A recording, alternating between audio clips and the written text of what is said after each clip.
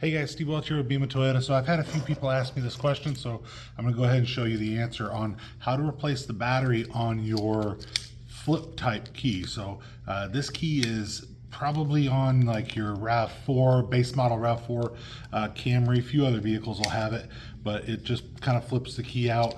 Have that little button that's right there that flips that key out. So, but it's not the same way that you think to fix it. And I'm going to show you how to replace that battery so that you don't destroy your key fob. So I'm going to show you how to do that right now.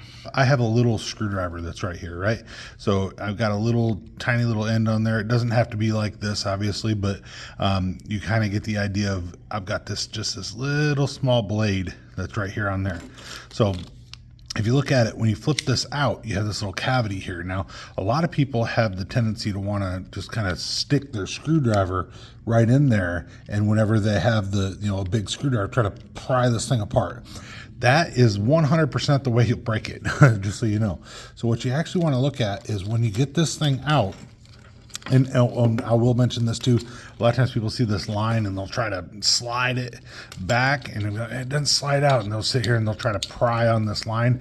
Also, that's not the way it's supposed to work. So what you want to do is you want to look on the inside, turn the key to where you can kind of see the inside. You see those little ridges that are right there, and I'll kind of get you pretty close in there. You can see those ridges that are there. What you're going to do is you're going to actually take the screwdriver and you're going to kind of come underneath those little ridges, right? And if you have a small enough screwdriver, you can start to pop those up. So it's not easy, but you just kind of got to work your way through it. Once you do that, you see how that's got, and give you a quick look there, you can see how it's got those things there and that little ridge that kind of pops in there that holds it. Once you do that, you'll be able to pop this whole thing off, right? And then you got the whole piece that's right here. You see this little diaphragm here? You're gonna just grab this little teat thing that's right there. You're gonna pull that out. Once you pull that out, you'll see on the inside you have your battery. Now this one's a 2032, could be a 1632. There's a couple different size batteries that could be in there, but you can obviously see the way that works. Now you have this little area that's right down in here for the size of a screwdriver. It's one of the reasons that having this size screwdriver will also be important, because you need to get that down in there. And this can be a little bit tricky to kind of get this to pop up. And you sometimes have to kind of fight that a little bit, but you see how that just popped out?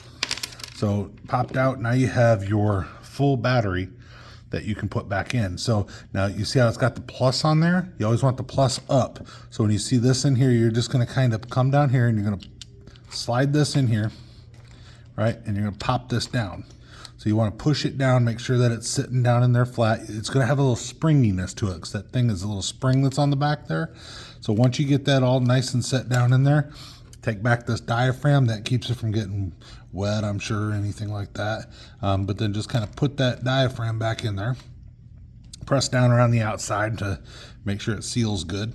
And then you're gonna take that cap, that cover again, which is right here, and you're going to be able to see that you have a little tab that's on the back side. So kind of taking a look, see that little tab there? That little tab lines up right here. So if you take that tab, kind of line that up, and then just kind of bring everything back over and just press.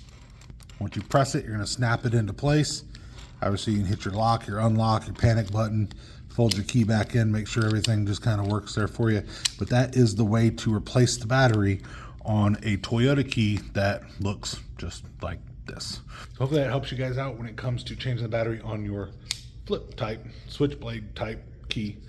Just let me know if you have any questions. Steve Welch, Beaman Toyota in a beautiful Nashville. You guys have a great day. We will talk to you soon. Bye.